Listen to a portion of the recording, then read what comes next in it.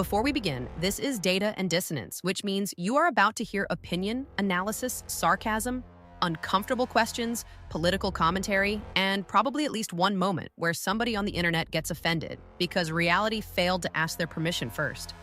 This show is not here to spoon-feed talking points, protect fragile egos, or pretend every headline exists in a vacuum. We look at the story, we look at the spin, we look at the people trying to sell you the spin, and then we ask the question most media outlets avoid. Who benefits, who pays, and what are we not being told? Tonight's episode deals with the Republican Party, Trump's influence, primary fights, loyalty tests, and the difference between standing with a movement and blindly clapping like a trained seal every time somebody powerful points at the stage lights. That means some conservatives may not like parts of this episode, some liberals will pretend they suddenly care about Republican unity, and the professional outrage class will do what they always do: screenshot 3 words, ignore the other 15 minutes, and act like they discovered Watergate in a Facebook comment section. So buckle up, think for yourself, and remember, disagreement is not betrayal, loyalty is not worship, and truth does not become hate speech just because it ruins somebody's favorite narrative. There's an old saying that the enemy outside the gates is dangerous, but the fight inside the walls is what can bring the whole thing down. And tonight, that's exactly where we are. Conservatives spend a lot of time talking about the left, the media, the bureaucrats, the activist judges, the deep state, the globalists, the universities, the Hollywood weirdos, the TikTok revolutionaries with blue hair and Wi-Fi access.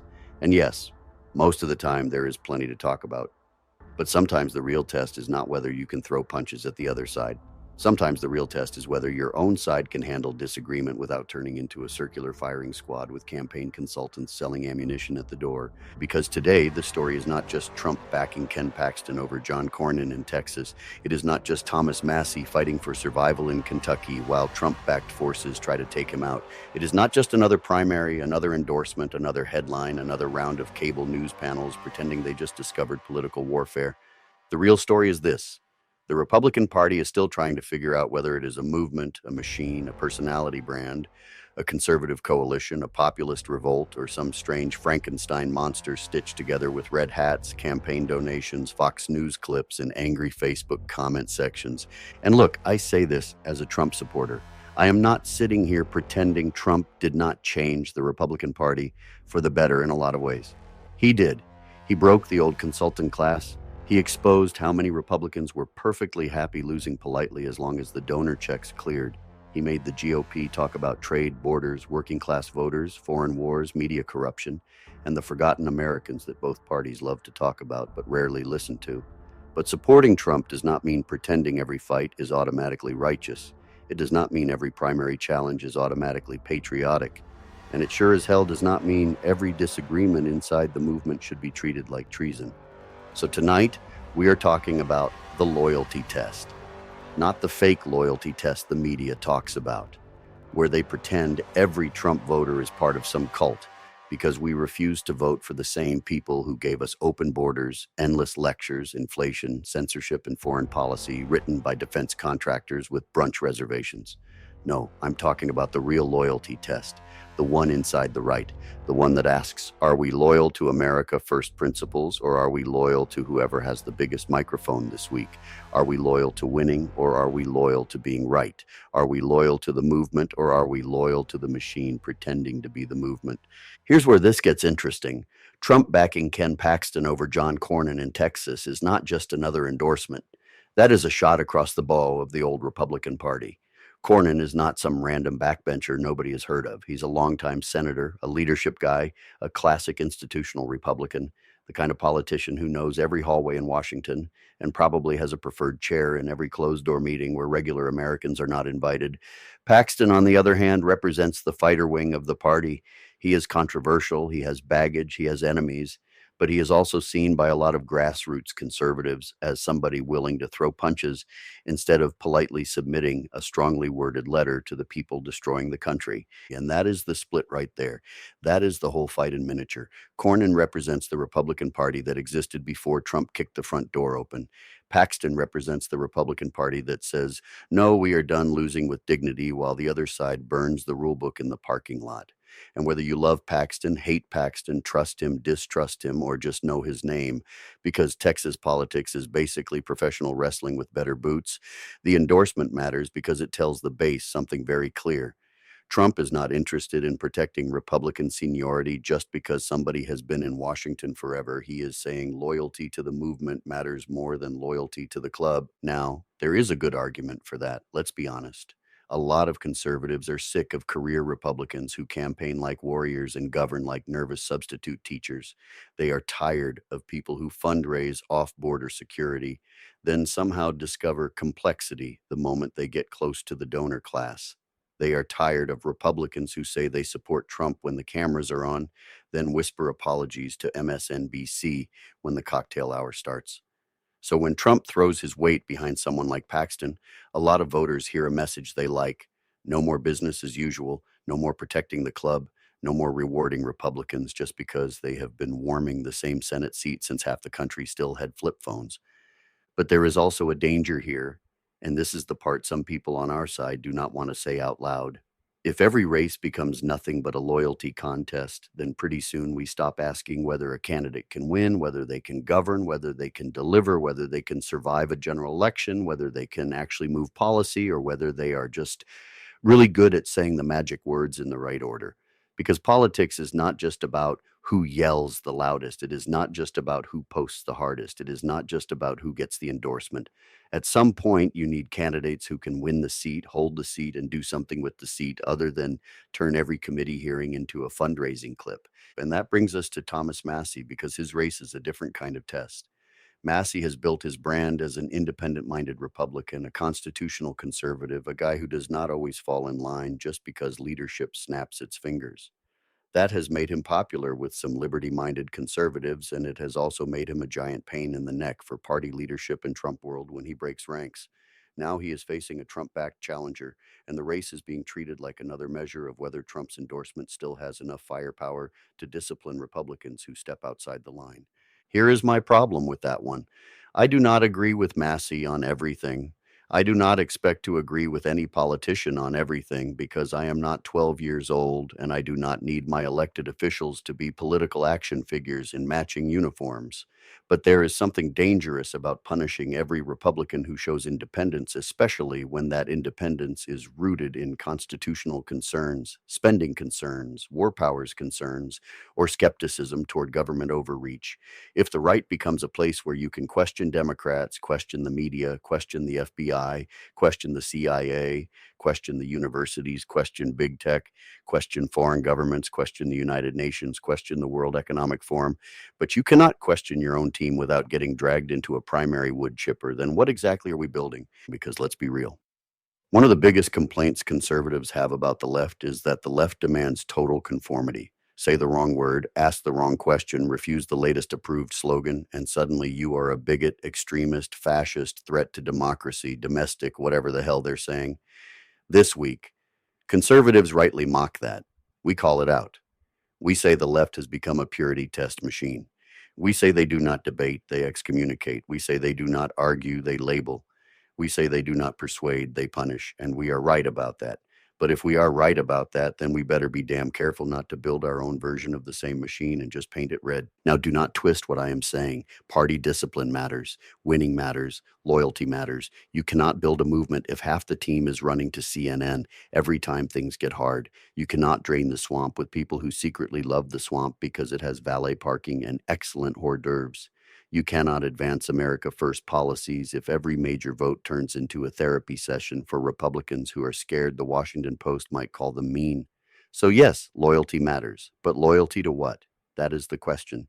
Loyalty to America, loyalty to the Constitution, loyalty to voters, loyalty to the promises made on the campaign trail, or loyalty to one person, one faction, one endorsement, one political mood. That distinction matters even more because this is all happening while the Iran situation is still hanging over the country. We just spent days talking about war powers, peace talks, strike threats, the cost of conflict, and the way American families always end up paying for decisions made in rooms they will never enter. So when you have Republicans fighting each other at home while the possibility of another military strike is still being discussed, the stakes are bigger than a primary map. This is not just about who gets a campaign ad. This is about whether the party in power can handle pressure without turning every disagreement into a personal betrayal. And I'll say it again because some people need to hear it twice before their comment section rage timer resets. I support Trump.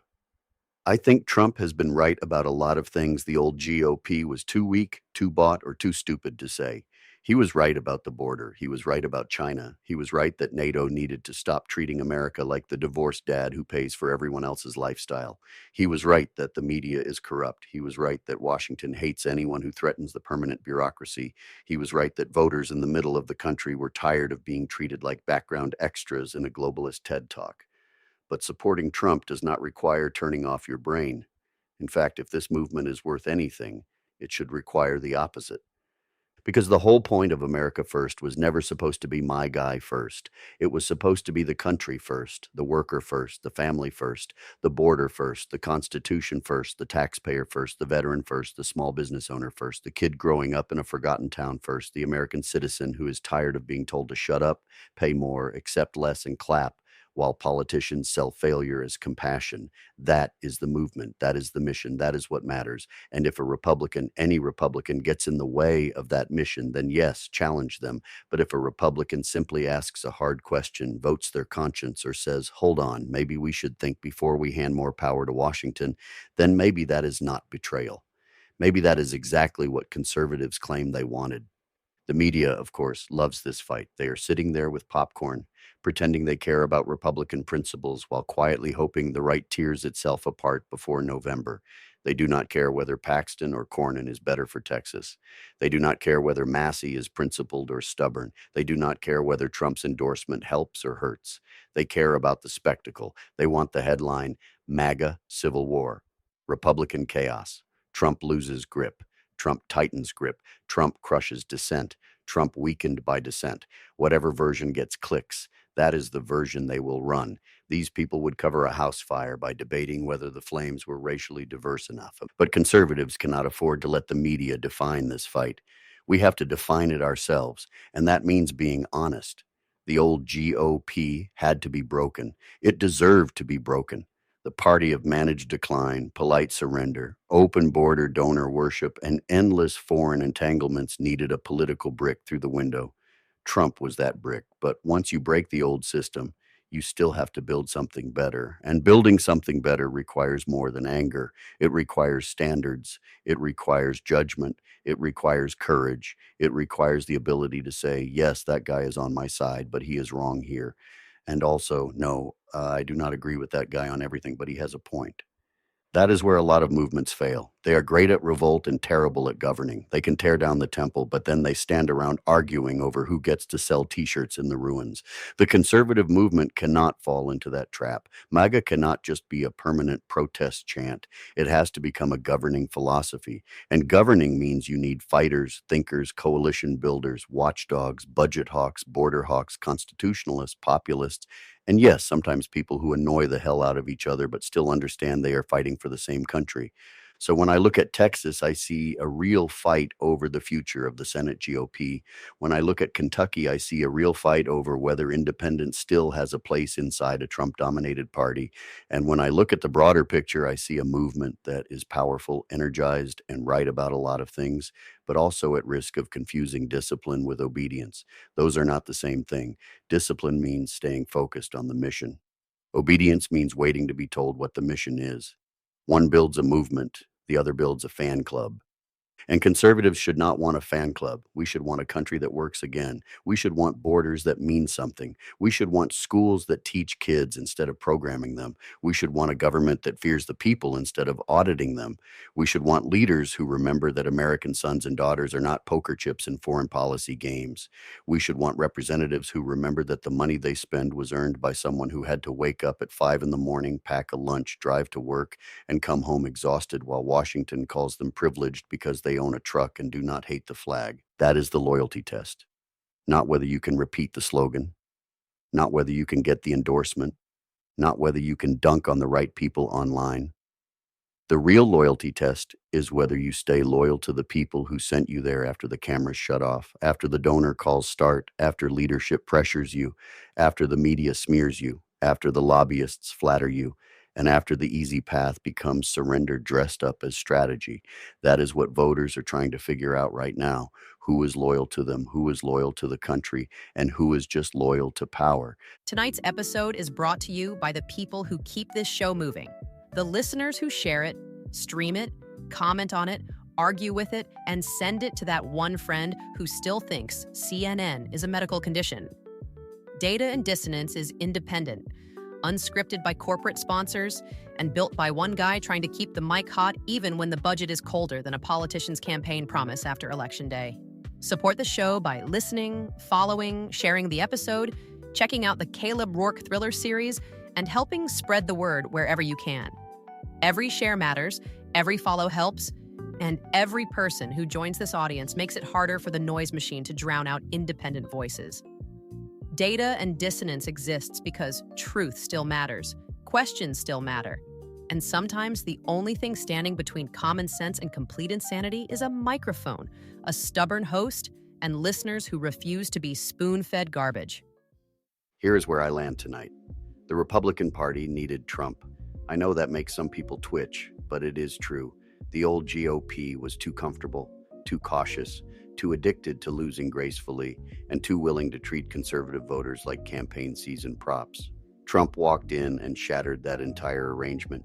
He exposed weak Republicans, exposed media corruption, exposed the donor class chokehold, and forced the party to listen to people it had ignored for decades. That matters. That changed American politics. And no amount of whining from cable news historians with eyebrow problems is going to erase that. But every revolution faces the same danger after it wins ground. It starts to mistake the leader for the mission. It starts to mistake loyalty for silence. It starts to mistake disagreement for betrayal. And when that happens, the movement that began as a rebellion against stale power can become stale power with better slogans. Conservatives cannot let that happen. MAGA cannot let that happen. America First cannot become agree first, think later. That is not strength. That is not patriotism. That is not conservatism. That is just groupthink with a different bumper sticker. The answer is not to go back to the Cornyn-style old guard and pretend everything was fine before Trump. It wasn't. The answer is not to pretend every hardline fighter is automatically the best choice either. The answer is to judge candidates by whether they serve the people, defend the country, respect the Constitution, fight the real battles, and know the difference between courage and performance art, because voters are tired. They are tired of theater. They are tired of betrayal. They are tired of being asked to choose between cowards in suits and loudmouths with no plan. They want fighters, yes, but they also want results. So if you are a Republican running for office, here is the loyalty test that should matter. Are you loyal to the Americans who cannot afford another grocery spike? Are you loyal to the families watching their sons and daughters get pulled toward another foreign conflict? Are you loyal to the workers who watched both parties sell out their towns? Are you loyal to the Constitution when it limits your side, not just when it limits the other side? Are you loyal to the truth when the truth is inconvenient? Because that is the test, not whether you can survive a primary, not whether you get a golden ticket from the right political camp, not whether your campaign ad has the right lighting, the right flag shot, and the right dramatic voiceover making you sound like George Washington with a super PAC. Tonight, the right is staring at a mirror, and what it does next matters. The movement can become sharper, stronger, more principled, and more serious. Or it can become another political machine where everyone pretends the emperor's suit is perfectly tailored because nobody wants to lose access to the palace. I know which one I want. I want the movement that fights for the country, not the movement that fights over who gets credit for fighting.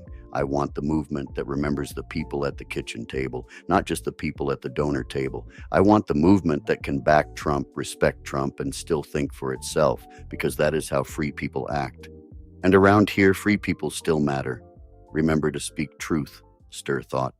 This episode of Data and Dissonance is brought to you by the Caleb Rourke Thriller series, where buried secrets, government pressure, hidden networks, and personal loyalty collide in a world that feels a little too close to the one outside your window. If you like stories with tension, conspiracy, action, and characters forced to decide what they really stand for when the pressure hits, then Caleb Rourke belongs on your reading list. Check out the Caleb Rourke series on Amazon, follow Data and Dissonance on Spotify and YouTube, and help keep independent storytelling alive. The system has enough polished liars. This show is here for the people still willing to ask what is really going on.